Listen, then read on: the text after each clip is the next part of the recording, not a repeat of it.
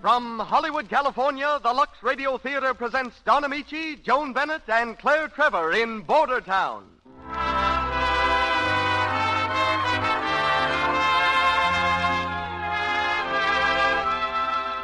Lux presents Hollywood. Bordertown is the drama of a man's desperate search for power and position, and of the part two women play in his life. Filmed by Warner Brothers, Bordertown stars Don Ameche, Joan Bennett, and Claire Trevor. H.B. Keltonborn, celebrated commentator, is our special guest. Louis Silvers directs our music. But before Mr. DeMille introduces our stars, here's a piece of news. Listen to it coming over the telegraph wires. Lux Radio Theater, Hollywood. Fashion news. Scouts report biggest Luxable year ever. Stores feature Luxables. Women wear them in town, country, and at the world's fairs. And that's good news for women because Luxable clothes are not only smarter than ever, they're thrifty. Lux Flakes cut down cleaning bills. With Lux, you can keep fresh and dainty at almost no cost. And Lux, you know, cleanses so safely that clothes stay smart-looking longer. You can depend on the famous Lux promise, if it's safe in water, it's safe in Lux. And here's the producer of the Lux Radio Theater. Ladies and gentlemen, your host, Mr. Cecil B. DeMille.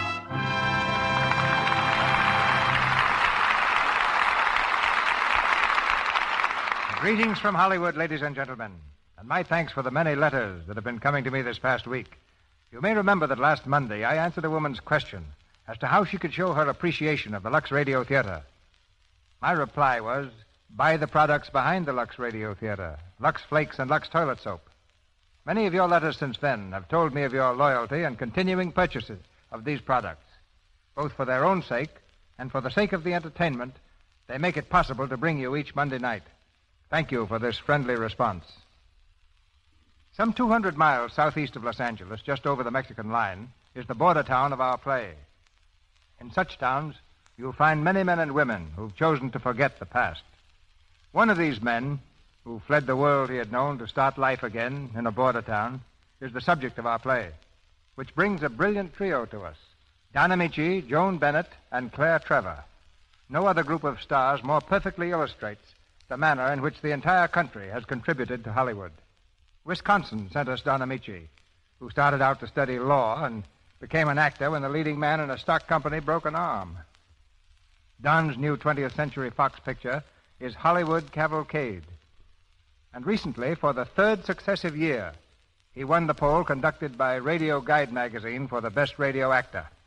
This is the same poll in which the Lux Radio Theater was named the best dramatic program.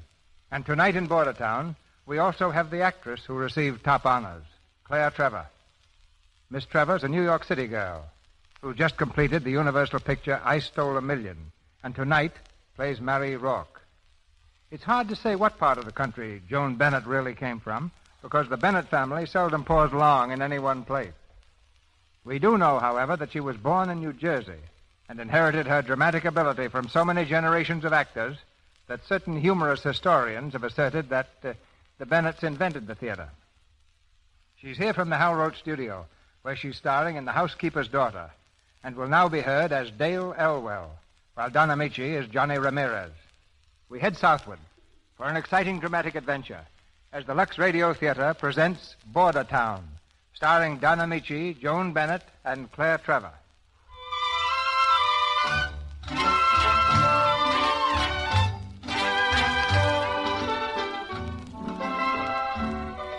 The Mexican Quarter in the city of Los Angeles. It's a warm spring night, and in the picturesque plaza, swarthy merchants struggle to entice tourists to their native wares. At the edge of the quarter stands a shabby office building. There are lights on the second floor, where the graduation exercises are being held in the Pacific Night Law School. The hot room is crowded with students and parents, whose faces reveal half a dozen different nationalities. Poverty alone seems to unite them. Poverty and the booming voice of the guest speaker, the Honorable J. Rufus Barneswell, who is just concluding the final oration to the graduates. Your applause should be not for me, but for these young men. For such young men as one whose whose history I happen to know. What does he mean? It is Johnny. I reveal no secret when I say this young man was the tough guy of a tough neighborhood. This boy solved his own problem. Toiling at the hardest manual labor by day, he studied by night until his courage and ambition brought him to the point at which he now stands. That young man, my friends, is Johnny Ramirez. Such nice things you say. Oh, Mrs. Ramirez. Well, you should be very proud of Johnny tonight. Oh, I am, Senor Judge. And excuse me, he was not bad, boy, Excellencio. Only one little bit wild, maybe. We have party for Johnny now. We poor people, but maybe you come, eh? Yeah, how about it, Your Honor? Well, I don't know, Johnny. Judge Bonswell, if you're going to make that other appointment tonight, you'd better hurry. Oh, yes, Dave. Well, good night, Mrs. Ramirez. Adios. And, Johnny. Yes? Don't forget, boy, you're not a lawyer yet. There's still a bar examination, you know, and they're making them pretty tough these days. I'm not scared, Judge. Remember what you said about me? I'm still pretty tough, too. That's right. Good luck, Johnny. Come on, Dave. Thanks for getting me out of here. You know, this thing sort of got me tonight. Carried away by your own oratory, Judge. You shouldn't be. It's practically the same speech you made at the Sons of Denmark barbecue. Yeah, just the same, it's rather pathetic, you know. They ought to stamp out these quack law schools. Why, it's worse than swindling.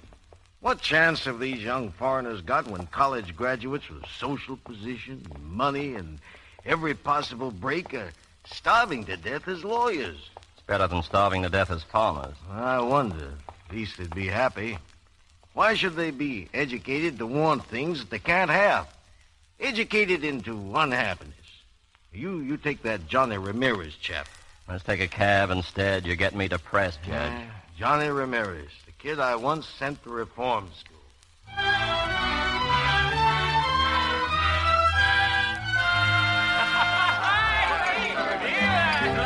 Hey, everybody! Quiet! The padre has something to tell us. A toast to Johnny Ramirez, no? Long life and success and happiness to our young lawyer and host.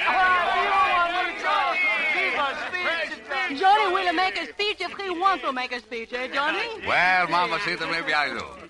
Thanks, everybody, and all I've got to say is this. There was a lot of talk at graduation tonight about hard work and study. Sure, it was hard. But look at Abraham Lincoln. He worked hard, didn't he? And he studied nights, too, just like me. Sure, all right. I did, just like Lincoln. Oh, no. And I'm going to keep on being like Lincoln, too. Oh, no, Johnny. What? What's the matter with that? Not with whiskers, Johnny. Oh, no whiskers, Mamacita, I promise.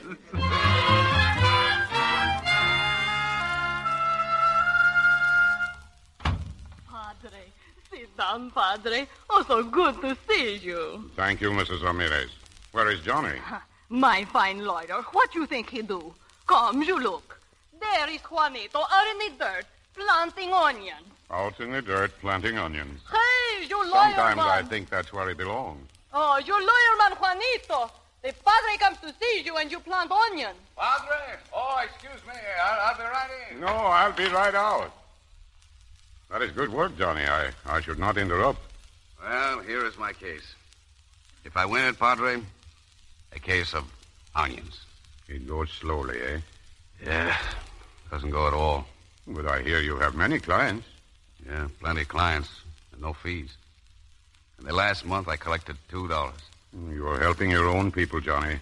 There's a greater satisfaction in that. Oh, it's not the money I care about, Padre, but I'm not getting any place. Your chance will come, Johnny. Patience is one of the virtues of our people. Johnny, you got to help me. Oh, good day, Padre. Well, you've been hurt. Oh, I just now come from hospital. I come straight to Johnny. Oh, I got mucho trouble, Johnny. Well, what happened, Manuel? Oh, this morning I go to market to buy vegetables. I go early, 3, 4 o'clock this morning. Oh, Johnny. Go on. Well, I buy vegetable like every day. I get in my truck to come back. All of a sudden, big, shiny car come around the corner fast like anything, and she's way on the wrong side of street, Johnny. Well, did it stop? Oh, that's it, Johnny. We both stopped. Bang. My truck, she's all busted up in little pieces. Spinach, tomatoes, everything is all over the street. And me too, Johnny. Well, who hit you? Did you get the license number? It's a very nice lady. She was driving the car. The man's not so nice. I think maybe both have a little too much vino. I say, my poor automobile, what I do? Ladies say, here's some money. Man say, no, give him nothing. Then they go away. Someone take me to hospital. Well, did the man see who they were? Did he get their number? I don't know. Oh, Johnny, the lady give me card. She say I sue her. What she mean, Johnny, sue? Where's the car? Where? Here. Here, Johnny, you keep. I know one card. I want poor old truck. Well, Johnny. Dale Elwell.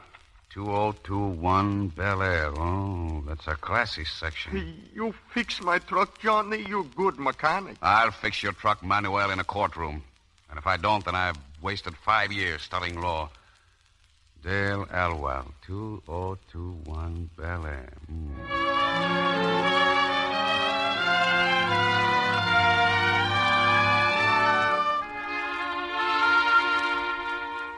Well, Father, you wanted to see me? You think you can spare me a moment, Dale? Yes. Oh, one of those moments. You usually have a snappier answer than that. Oh, you'll have to forgive me. I still have a head from last night. As your mother mentioned something about it. Well, the funniest thing happened last night. Brooke Manville and I were down in Little Mexico. I know all about it. Oh, I get it. Apparently I've started on the wrong topic. You started on exactly the right topic. Dale, you're 25 years old. Right now I'm 125. Now, don't you think it's about time you quit being the wild young thing just out of school? Tasting life and freedom for the first time and being, oh, so gay about it all? Oh, Dad, please. All I did was go out with Brooke. We had a good time, and coming home, I ran into some stupid little Mexican's truck. The truck was banged up, I guess, but nobody was hurt. And after all, Brooke's the best lawyer in town, so you say. So what? Only this. That stupid little Mexican was smart enough to get a lawyer. And here, my dear girl, is his telephone number. He's been calling all day. Now, maybe you can settle this out of court. But in any event, I hope you get the licking of your life. Oh, Dale. Dale, don't make me talk to you like this. Good Lord, darling, you might have been killed. Oh, I'm sorry, Dad. I just can't seem to find myself. You're right. I've got a licking coming to me. Well, I might as well call Brooke first. It'll be fun seeing him take it with me in court.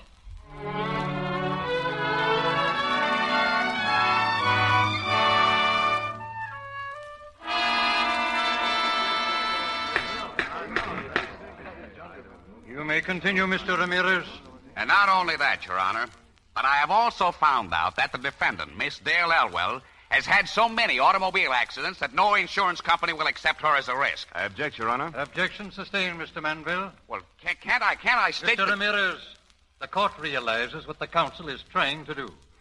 Counsel should realize that this is not a law school, and that he should not come before it without proper preparation of his case. Okay, Your Honor, then I'll move on to another point. At the time of this accident, the defendant had been drinking. In fact, she was probably kind of... I object. The allegation so presumptuously advanced by my learned opponent is no part of the complaint. Objection sustained. How can I present my case when he keeps objecting? I object. For 2 hours, you've been objecting to everything I've had to say.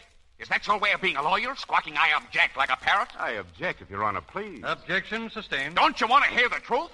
Don't you want to see justice done? Don't you realize that this poor old man's truck was wrecked? His living taken away by a spoiled dame who thinks she can get away with murder just because her old man is rich. What is more important to this court? A lot of legal technicalities or the truth? This court is interested in the truth. But permit me to point out, Mr. Ramirez, that in failing to prepare your case properly, you have failed in your duty to your client. Not only that, but you have been in contempt of court, for which I fine you $25. The court dismisses the case before it because of insufficient evidence. The court will open again at 2 o'clock this afternoon. Clear the courtroom, please. Well, Dale, that's that. You're a free woman again. Thank your lucky stars for a good lawyer. And a bad one. Oh, look at him. I feel rather sorry for him, Brooke. He tried so hard. I know. It's tough at that. But there's hundreds of them. They go to some half-baked law school, work like dogs, and when they get through... Wait here a minute, Brooke. Oh, Mr. Ramirez. What do you want? Perhaps you won't believe it, but I'd like to help your client get his truck fixed. We didn't come here for pity. Oh, that's not it. You convinced me, you see, even if the judge was stubborn. So please let me... Here, this should cover everything. Oh, that's swell of you after I couldn't make you do it. Just a minute, Dale. Don't be a fool. If you give him money, you admit responsibility, and he can still bring criminal charges. Would you do that? Of course not. Promise? Sure. As your attorney, Dale, I won't permit it. Don't worry, Brooke. He just said he wouldn't. Dale, what good's a promise from a cheap shyster? He'll be blackmailing you for the rest of your... Listen, you beat me in one kind of fight, but not in this kind. Hey, what do you think you are? Go ahead. Hey, grab that man. Mandel, are you hurt? No, I'm not hurt. Ramirez, this is the last time you'll appear in court except as a defendant. Officer. Yes, sir? Will you be good enough to ask the judge if Mr. Ramirez and I may see him in his chambers immediately? Sure. Come on, you. You ain't bawling me out just because I smacked this big windbag. It's just because you don't want a guy like me who comes from where I do to get a break, that's all. It's not what you are or where you come from. It's you, Ramirez. You're a ruffian at heart. You're cheap, brutal. You'd be that in any country in the world. Is that all? That's all. Except that I'm afraid that your legal career is just about ended. You mean that they disbar me? I'm afraid so, Mr. Ramirez. Oh, but, Judge, listen, please. All I did was lose my temper. That won't happen again. Look, I've worked like a dog. I've studied for over 5 years. Please, give me a chance. My mother will... Gee, Your Honor, don't you understand? I'm sorry, but when the grievance committee of the Bar Association asks my opinion, there's only one thing I can do. Good morning, Mr. Ramirez.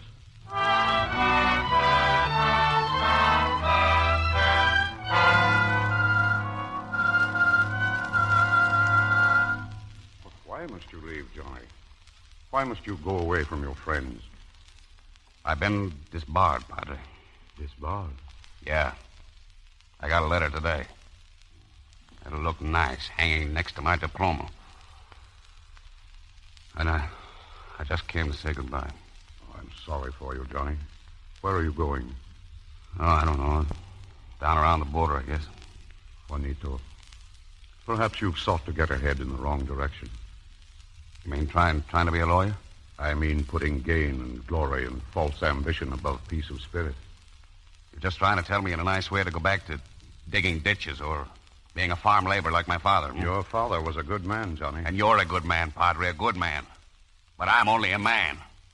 And I'm going to take from the world what I want from the world. Patience, Johnny. You may get another chance. You betcha I'll have another chance. But I'll make that chance myself. I'm going to have power, money. You wait. No, Johnny, no. He thought he could insult me, treat me like a servant, that guy Manville. Not because he's a great lawyer, and I'm not, but because his old man's got $1 million bankroll. Don't you see, Padre? Money is what made the difference. And I'm going to get money.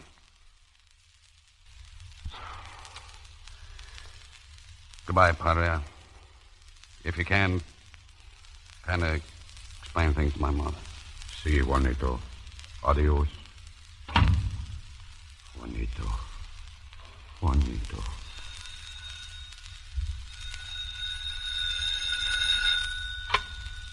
Hello? Si, I am the Padre. Who, please? Miss Elwell? No, senorita. Johnny just left. No, I do not know where you could find him. He is going away. No, he did not say, only maybe to the border. Si, senorita. It is too bad. More than you think it is too bad.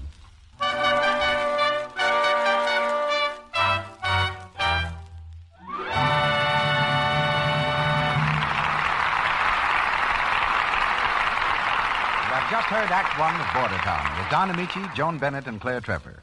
During this short intermission before Act Two, we bring you the Brownings. The family are at their summer cottage on the lake, and we find Mother Browning and Dot in the kitchen clearing up after breakfast. Dot looks up suddenly. Why, Mother, here comes that young Mrs. Smith from down the road. So early? Wonder what's up. Oh, Hello there, Mrs. Smith. We're here in the kitchen. Come right in. Oh, good morning, Mrs. Browning. Dot. Hello. Would you mind awfully if I borrowed some soap? I've run out and I've got a dreadful stack of dishes to do. Why, of course. Dot, give Mrs. Smith a cupful of Lux Flakes.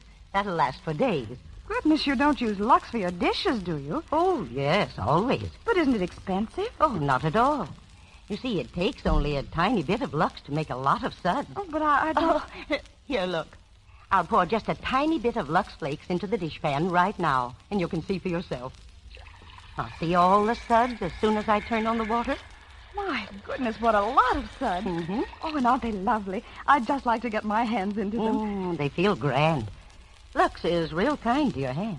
Well, I'd like to use Lux for my dishes, but... And you can for almost nothing. Let me tell you, you can do your dishes for a whole day with about, a penny's worth of Lux. It's silly to bother with slow soaps and harsh soaps that spoil your hands. Good gracious, I should say it is. Well, I'm going to use Lux from now on. Mrs. Browning is right. You need only about a penny's worth of Lux Flakes to do your dishes for a whole day. If the water is hard, a little extra Lux softens it and gives you an abundance of suds. Think of that. A penny a day for your dishes. And think what you're getting. Lux works fast, and it's kind to your hands. Every woman wants pretty hands. There is no harmful alkali in Lux to sting or irritate your skin. So when you buy soap for your kitchen, think of the 3 advantages you get with Lux Flakes. It's speedy, it's thrifty, and it saves your hands. Buy the generous large-size box of Lux Flakes for your dishes and other soap and water tasks. And now, here's Mr. DeMille, ready for Act 2. We continue with Bordertown, starring Don Ameche as Johnny Ramirez, Joan Bennett as Dale, and Claire Trevor as Mary Rock.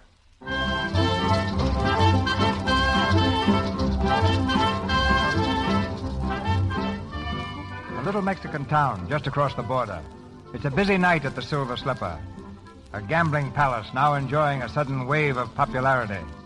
At one of the tables sits Charlie Rourke, the fat and jovial owner of the club. His shrewd eyes survey the crowd, then pause on the figure of his new bouncer, Johnny Ramirez. Look at that Johnny work, would you? Day and night. He puts in hours that'd kill a horse. Yeah, what's the matter with him, Nuts? Say, that's the smartest kid that ever worked for me. He's busting with ambition. Keeps telling me how he's going to get rich. Being a bouncer? Hey, Charlie, ain't that the missus heading this way? What? Yeah. Well, gee, honey, I didn't expect you here. I'll bet. You look very happy about it, too. Well, I'm tickled to death, only, well, you know, baby, I don't like for you to come to a joint like this. Sure joint, isn't it? Well, sure, but even that don't make it a proper place for a lady like you. Well, I can't stick home all day and night. All the fun I get up there is feeding the goldfish, and they only eat once a day. Oh, now, come on, be a good girl and run along home. I won't be very late. Hey, Johnny. Yeah. Good evening, Mr. Rourke. Hello, Johnny. Hey, Johnny, take the missus to her car, will you? Sure. And you be careful driving, honey. And you be careful lapping up that brew. Another couple of pounds, and it'll take a surveyor to measure you for a suit. That's rich. Did you get that crack, Johnny? Ain't she a riot? Go on, honey, go on. You're killing me. Yeah, why not? Come on, Johnny. You know, the real reason I came down was to see you. Yeah. You go out the side door over there. You don't seem impressed. Sorry, I'm not as impressionable as I used to be. You're a swell-looking kid, Johnny. I can't go for you. I know. Thanks.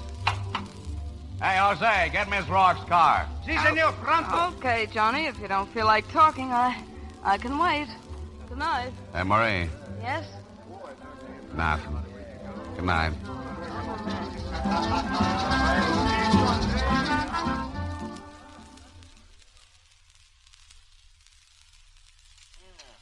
Everybody out, Johnny? Yeah. Heavy take here tonight. Yeah, that's good. Ooh, gee. What's the matter? It's these teeth of mine again. They're killing me tonight. Now I'm going to run up to L.A. someday and have them all pulled out. That's a good idea. Here, 5,000. That ought to make you feel better. 5,000? Hey, that's great. That's great. I guess I'm a pretty lucky guy, Johnny. Having a girl like Marie for a wife, fixing a swell home for her. Boy, I certainly like a witty dame like her. But not too witty. Huh? Oh, I get it. You mean on account of sometimes she gets lonesome? Well, I'm going to take care of that, too. You know, I got a kind of idea. After I get my choppers yanked out, I'm going to take Marie places, show her things like Europe and Paris and things like that. Yeah, she deserves it. Yeah. Want me to ride home with you? Huh? Oh, yeah, you'd better. I'd hate to get knocked over with this kind of dough on me. You ready? Sure. I'll get your car.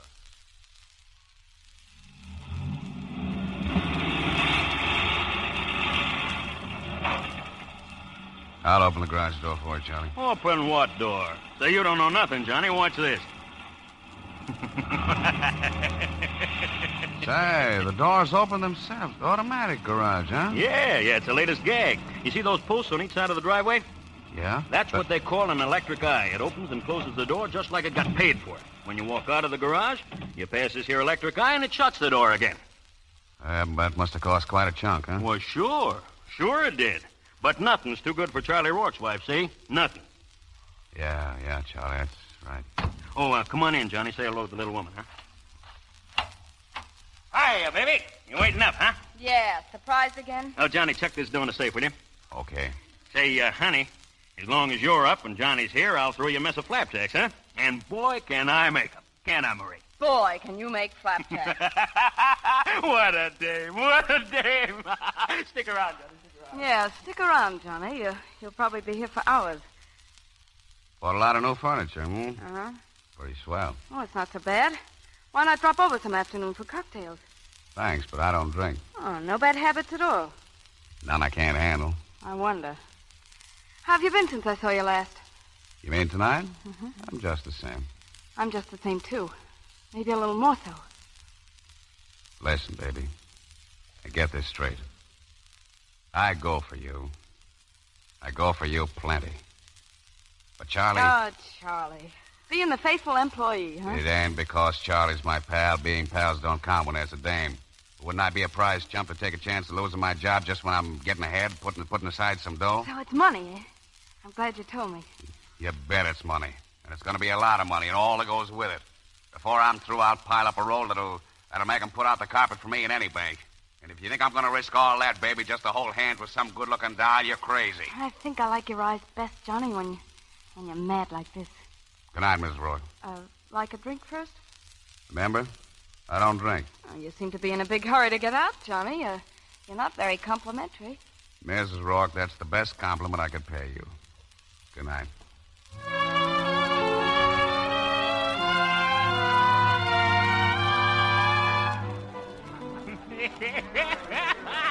Hey, Johnny. Johnny, come over. You want to see my new teeth again? Oh, look. I'll look at them later when I got more time to enjoy. Huh? Oh, sure. Great boy, huh, Marie? Great. You're glad to see me back, ain't you, baby? How you like my teeth? Yeah, they're beautiful. Beautiful, that's right. Hey, Johnny! Johnny, send over a couple of gallons of champagne, will you? We're celebrating tonight on account of my new choppers, huh? Oh, I'm tired. I'm sleepy.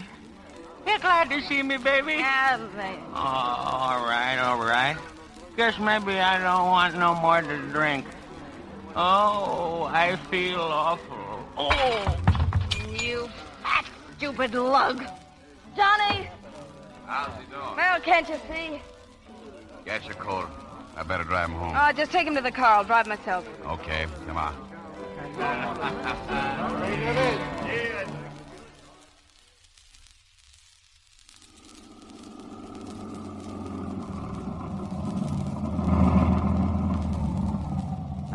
Come on, get up and walk. I can't carry in the house. Oh, you just go ahead, honey. I'll catch a little snooze here in the garage. Best garage in town. It cost me over... Charlie! Huh? Charlie, wake up, will you? Huh? Oh, you run along, baby. You run along. I'll be right in. Just turn off the motor. Mustn't let the motor run. No, just turn off the motor. Charlie, wake up. Oh, out cold. I ought to leave you here for good. I ought to let the motor run and wash you out, you... Why not? No. Sure, why not? Carbon monoxide poisoning. Suicide. Who'd worry about him? No. What good is he to you? What good is he to anybody? Go on, just walk out and leave him. Close the door after you. Go on, why not? Why not? That's right. Close the door. Close it tight. Go on, close it.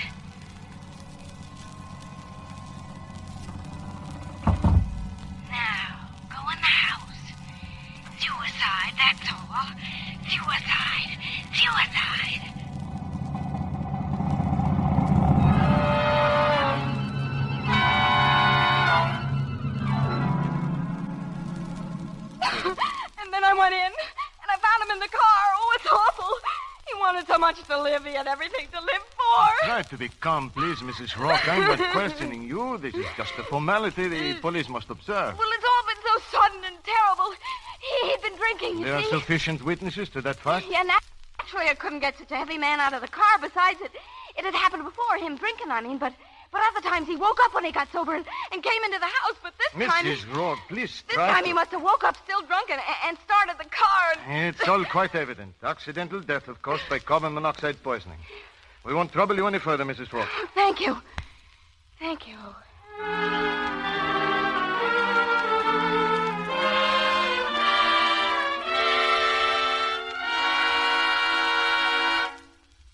Get those tables lined up over here, will you? I want to see how it looks. Oh, hello, Marie. Hello. Your new place all ready for business? Yeah, sure, pretty near. Looks swell, huh? Oh, yeah. Lots of luck, Johnny. Oh, thanks, Marie. You've been a big help. I've been meaning to tell you. Oh, forget it. You've been swell taking care of things these last 3 months since Charlie... Marie, what's the use kidding ourselves? You know, You what, Johnny? You know what I'm talking about. There's nothing to stop me now. Nothing to stop us. You're mine now, Marie. Do you get that? You're mine. Yes, Johnny. Forever. It's a long time. We're going to get married. Because I love you. Because I'll always want you. You won't get tired of me, Johnny. Not as long as I got a bankroll, and I got one. I can make my own money. I can help you make more. Johnny! You win, Marie. Yeah, wonder how it'll seem being married.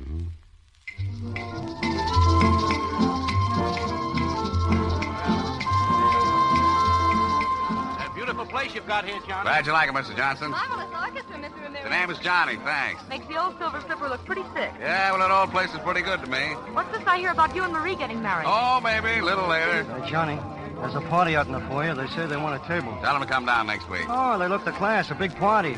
The girl says to tell you the names of Miss Elwell and Mr. Manville. Dale Elwell? Well, I don't know, but she said she knew you. Yeah. Take over here a minute, will you? Hello, Mr. Ramirez. Well, a couple of old friends. I forgot to make a reservation. Miss Elwell and Mr. Brooke Manville. We saw your name outside. Yeah, you still want to stay? I suppose we can get a table? Oh, I suppose so, as a special favor to old friends. Hey, Dominique, get that table out of my office. Put it there in the corner, will you? He'll seat you. But I like personal service. Come along, Savage. Savage, huh? It's a pity to waste such grand music. Too busy to dance, Johnny? Dale. Take it easy, counselor. Like dancing, Savage? With you? Sure. Come on.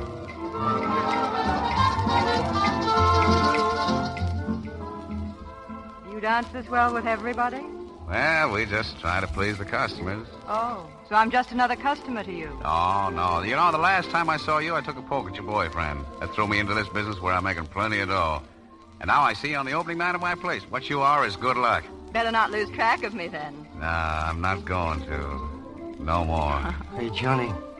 Yeah, what? Mrs. Walker's here. She's pretty mad. Okay. Miss Elwell, I got something to attend to. Excuse me, will you? If you promise me another dance. Ain't she afraid you'll make his honor jealous? Not a bit. I'll be back. Dale, come and sit down, will you? Amusing, isn't it? That type of thug may not be so amusing if he gets serious. I imagine he could be a little dangerous. If he couldn't, he's going to be an awful disappointment to me. Hello, Marie. I thought you were going to call for me. What's the idea? Keep me waiting for 2 hours. Well, if you want the truth, I've been so busy with everything, I forgot. Oh, so you forgot. You didn't forget to make a play for that dame. I saw you dancing. Yeah? Well, stay around, baby. You'll see me dancing some more right now. Johnny! Hang around, Marie. I'll see you later.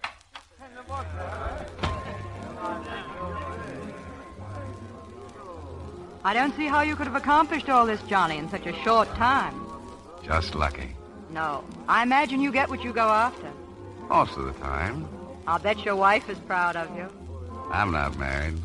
What? A handsome, successful young man like you not grabbed off yet? Say, look, quit riding me, will you? I'm not riding you. Don't be so self-conscious. You know, I've never been this way before. You make me feel kind of dumb. Your only trouble, Johnny, is that you don't know how to play. You work too hard. Well, I guess I could learn. Like me to teach you? Sure, I would. All right. First, you have to relax. It's a lovely night. There's a moon, soft music. This is really romantic, my boy. Drink it in, enjoy it. Hey, you're swell. Of course I am, and we're going to have fun together.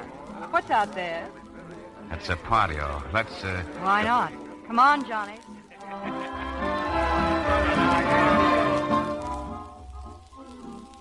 See? You're improving already.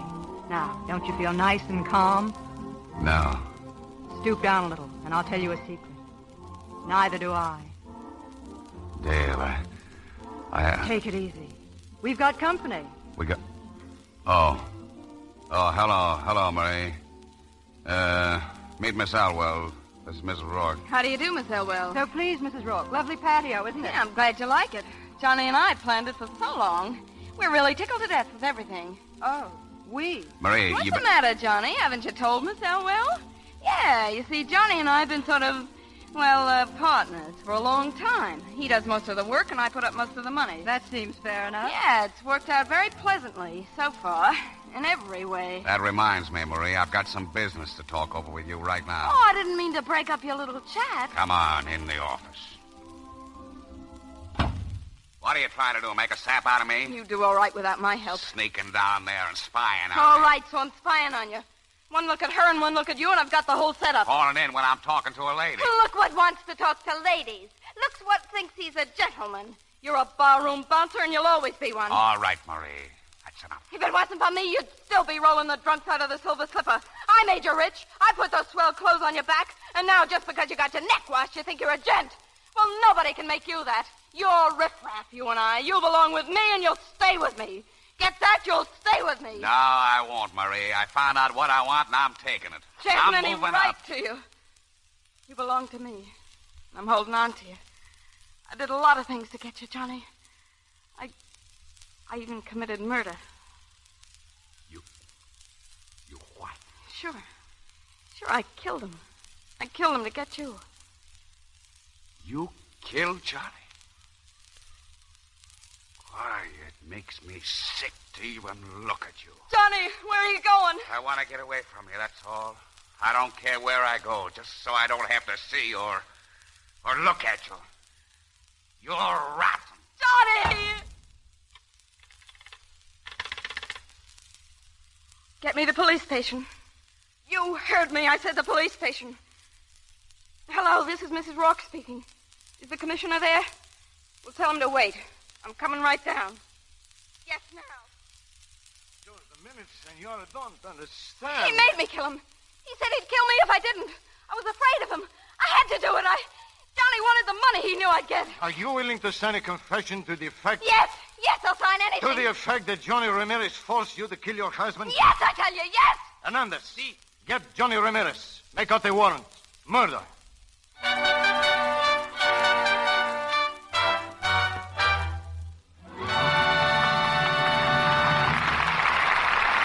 We pause for station identification. This is the Columbia Broadcasting System.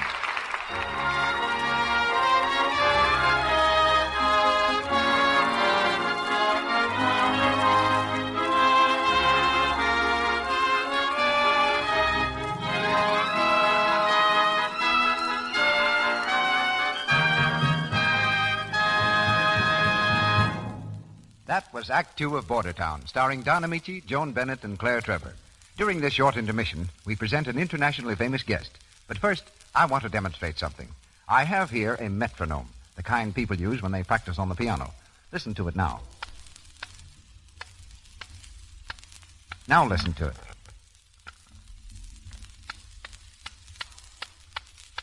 Quite a lot faster, isn't it? In fact, it's 4 times as fast. And that's the difference between Lux Flakes and a cake of soap in your dishpan. Lux dissolves 4 times as fast. Cake soaps are so slow. Remember, until the soap goes into suds, it can't clean at all. It seems foolish, doesn't it, to wash dishes such an old-fashioned way, especially when you can use Lux for all your dishwashing so inexpensively. And think of this. Lux Flakes are as gentle to your hands as the finest toilet soap. A little Lux goes so far and makes such wonderful suds that it's truly thrifty. Better start using Lux for your breakfast dishes tomorrow morning. Remember, it's speedy, it's safe, and it saves your hands.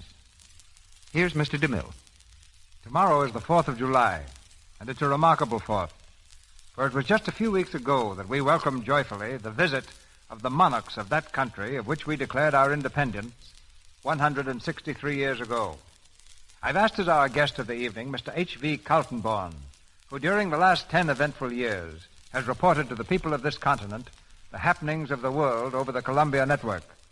3 years ago, he was the first man to broadcast from a battlefield when he carried his microphone to a haystack in Spain and described the battle raging about him. Last September, his reporting of the European crisis became a journalistic classic. Because of Mr. Kaltenborn's worldwide experience and vision, he's particularly well qualified to bring home to us the significance of tomorrow's anniversary. The Lux Radio Theater welcomes H.V. Kaltenborn, speaking from New York City. Good evening, everybody. The play to which we are listening reminds us that people from border towns all over the world have found a home in America.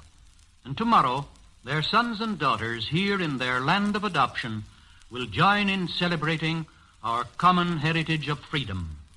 The 4th of July is the birthday of the United States. It is a happy custom to celebrate birthdays with gifts to the celebrant.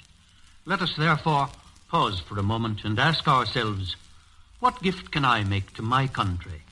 What does it need that I can supply? How can I express my thanks for what it gives to me? Surely every American citizen is now conscious of certain blessings which he enjoys. In Europe, Asia, and Africa, war and rumors of war abound. Throughout most of Europe, national energies are concentrated almost exclusively on preparation for war. The fine arts, the pursuit of knowledge, science, literature, recreation, even religion are subordinated to the state's demand for fighting men and war machines. We, too, are preparing, but here we are still able to spare time and money for those things that give value and meaning to human life. We can afford leisure to enjoy radio plays and outdoor sports. We have no military conscription, and we are happy to remember that with our good neighbor Canada, we possess the world's longest unfortified frontier. In 1 year, 1939, we can have 2 successful World's Fairs on our Atlantic and Pacific shores.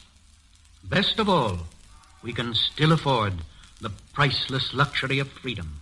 We are still strong enough to grant freedom even to those who would use it only to destroy it. But we must be on our guard. There are those among us who despise liberty, even as they use it to achieve their foul ends. Let us mark these men and know them for what they are. They are easily recognized. In a land of religious freedom, they attack freedom for a religion they dislike. In a land of racial tolerance, they are intolerant of every race to which they do not belong. In a land of free speech, they would mob and silence those with whom they disagree. Their number is small, but an easygoing, generous people sometimes permits a rabid minority to assume great power. Let us resolve, therefore, on the birthday of American freedom to conserve that freedom. Each one of us can bring a precious birthday gift to the altar of our country. Whenever and wherever you hear men preach hatred or intolerance, speak out against it.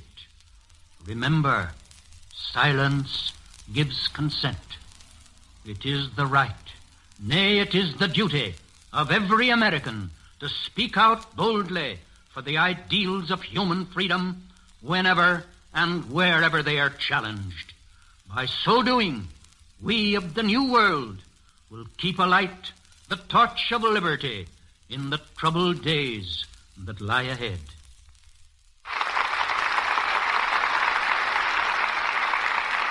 We will remember your words, Mr. Kaltenborn, and our freedom here will never know a compromise. In Hollywood again, Don Ameche, Joan Bennett, and Claire Trevor continue in Act 3 of Bordertown.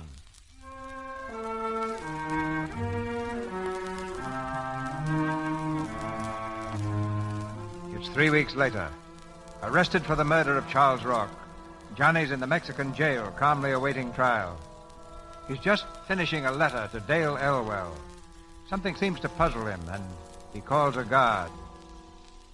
Hey, Pedro. See, Johnny? Is it okay to say yours sincerely when you're writing a letter to a lady? I don't write much letter, Johnny. You much smarter than I. I guess you're right. I say so, don't worry. I'll be out of this and up to see you pretty quick now. Yours sincerely. Nah, just Johnny, that's enough. Yeah, you ride fast, Johnny, all right. Here, mail this for me right away. Hey, Johnny, you got a visitor. Visitor? American girl? Dark, young, very beautiful? All I know is you got a visitor. Okay, come in. Juanito. Oh, mamacita. How'd you get down here? Oh, Johnny, you do not do this. No, I don't kill anybody, mamacita. You see? That's what I say. Sometimes he bad, but never my Juanito tell lie. Oh, I bet right now. I makes you cry and then gets your nose red. Tell me, how's the Padre and old Manuel? Oh, I haven't seen them in... Johnny, you no worry? Me worry about what? Oh, come on now. No more crying. I got a good lawyer. That's funny, huh? And when I get up at the trial and tell them... Put your honor. Quiet in the court. The prosecuting attorney will continue. And so, Your Honor, and gentlemen of the jury, the prosecution will prove that Ramirez, by reason of duress and threats, employed this woman, the wife of the murdered man, as ruthlessly as ever a man employed dagger or gun to commit for profit. A brutal, cold-blooded, preconceived murder. And now, with Your Honor's permission, I call my first witness, Mary Rock. Mrs. Rock, just how long before the death of Charles Rock were you acquainted with the defendant, Johnny Ramirez? Well? 8 months. Where did you first meet him? Is there anything wrong? I repeat, Mrs. Rock, where did you first meet the defendant? You will answer the question, please. He had so much to live for. I see him now. He's laughing at me. Every night I've seen him. He tells everybody what I did. No one will let me alone. They stare at me. No! I did it! I killed him! He was fat! Fat like a pig! Dead! Dead! Your Honor, I move to dismiss this case on the ground that the sole witness for the prosecution, Marie Rourke, is obviously insane.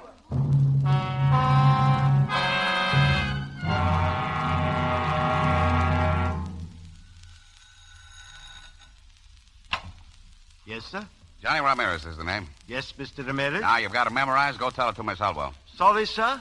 Miss Elwell is not in. I'm sorry, too, but I don't believe it. Go in and tell her I'm here. No, don't bother. I'll tell her so myself. Yes, but, Hiya, Dale. Gee, you look swell. Johnny, I'm so glad to see you. I just came up from the border. Oh, gee, I've been thinking of you plenty. They gave you a pretty bad time, didn't they? No, the only tough thing about it was that I had to break that date with you. Oh, I wanted to come down to the trial, but my family... Sure, forget it. Here, I brought you something. Oh, thank you. Johnny, what a beautiful corsage. Corsage, my hat. That's a genuine orchid.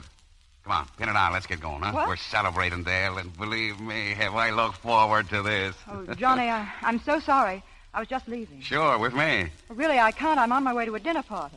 Oh, well, cut me in, and then we'll sneak out early, huh? Oh, I couldn't do that. It's one of those very stiff and formal affairs. Older people, friends of the family. Oh, all right. Listen, I'll take you there. Oh, it's so far, Johnny. It's way past Malibu. Yeah, well, the farther the better. Okay, but we better get started.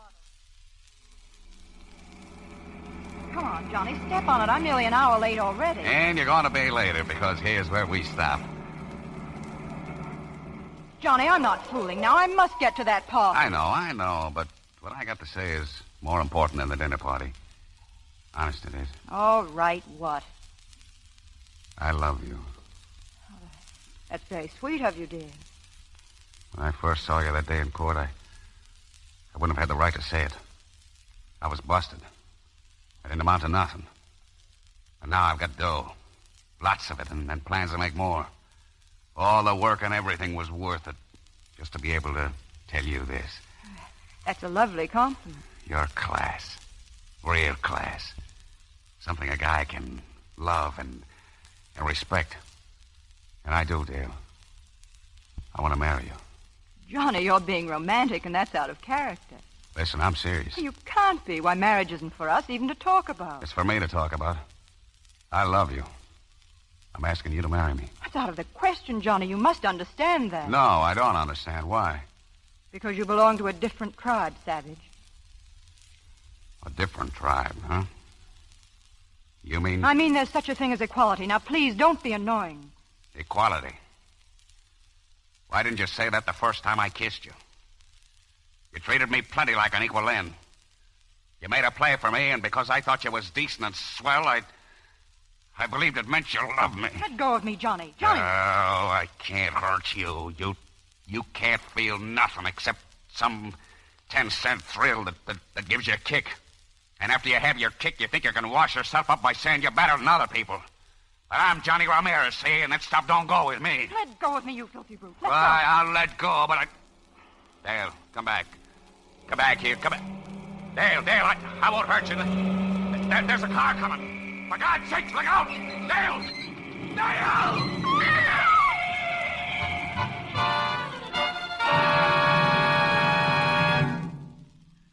You may see him now, Mrs. Ramirez. Remember, only a moment. Sí, doctor. Juanito. Oh, hello, Mama. Juanito, how you feel? Oh, not so good. How is she, Dale, the girl? Oh, she's fine, gracias. She wasn't hurt. No, she says you saved her. You always cry when you see me, Mama. That is no good. Oh, I cannot speak so good, Johnny. My eyes speak for me. I've been a pretty bad son, Mama. Oh, no, Juanito, no. You're scared I'm going to die, huh? No. You forget what the judge said when they made me a lawyer.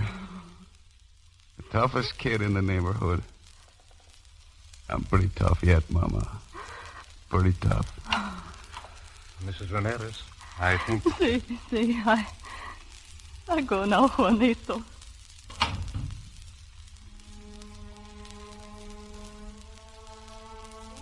You know, dear God, I don't remember my prayers very well. I've been no good. But it's all right. Now I know what's wrong.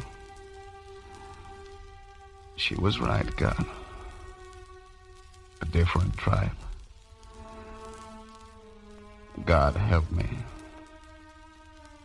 Johnny Ramirez needs help. Not much, but a little. I don't want money no more. From now on, all I want is to be happy. I think I know what that means. Johnny.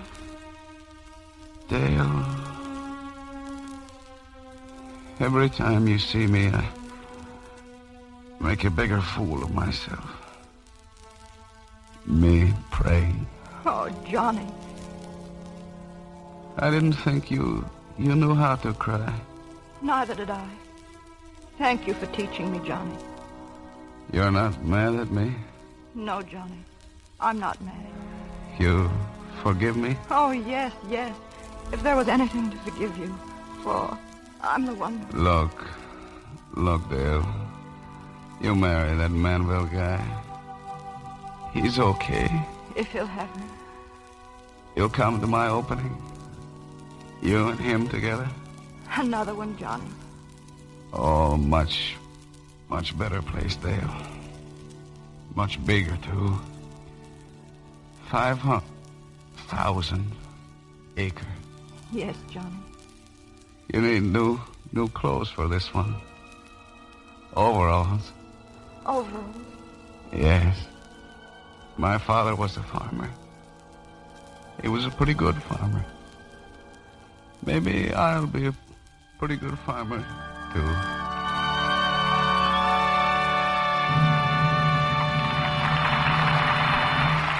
You have just heard the last act of Bordertown with Don Ameche, Joan Bennett, and Claire Trevor.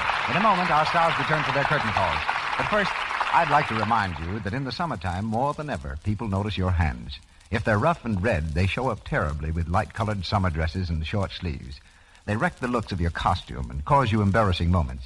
Now, summer hands are busy hands, and they need special help. Help in the dishpan, for instance. The kind of help you get with Lux Flakes. You wouldn't dream of washing your hands with a harsh kitchen soap, would you?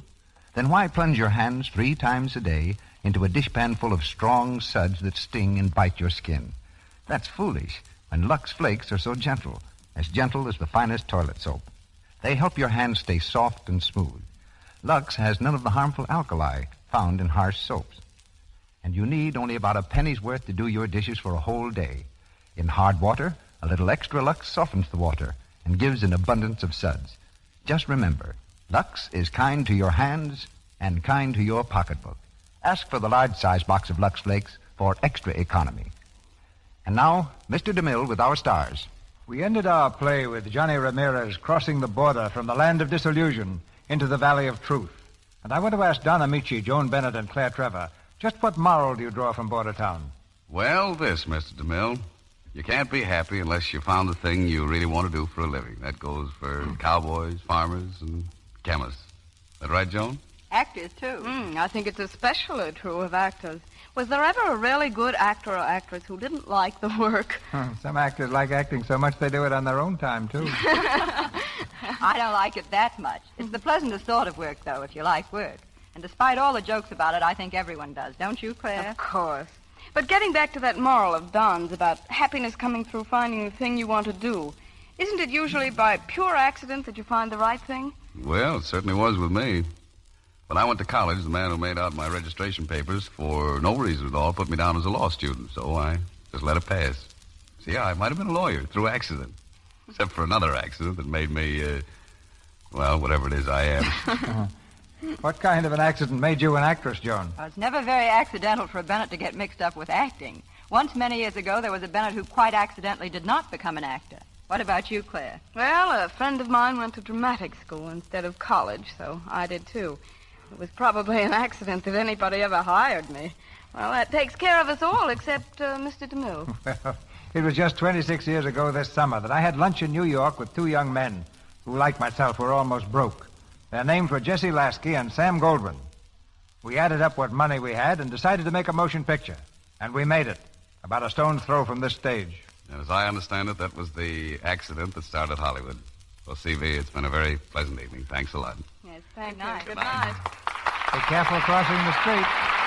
Don Ameche appeared through courtesy of Chase and Sandburn. Louis Silvers is from 20th Century Fox Studio, where he directed music for Second Fiddle. Claire Trevor stars in the radio series Big Town. Her next picture is RKO's Allegheny Frontier. The superb artist who gave such unforgettable performances in Mutiny on the Bounty and The Private Life of Henry VIII stars on this stage a week from tonight, Mr. Charles Lawton. He's going to repeat for us one of his greatest characterizations, the title role in Ruggles of Red Gap. This gusty American classic is the romance comedy of a gentleman's gentleman, of his bewildered journey to the Wild West and his ultimate conquest of the town of Red Gap. And with Mr. Lawton, you'll hear 2 other stars from the original picture cast, Mr. Charles Ruggles and Miss Zazu Pitts. Our sponsors, the makers of Lux Flakes, join me in inviting you to be with us again next Monday night when the Lux Radio Theater presents Charles Lawton in Ruggles of Red Gap with Zazu Pitts and Charles Ruggles. This is Cecil B. DeMille saying good night to you from Hollywood. This is the Columbia Broadcasting System.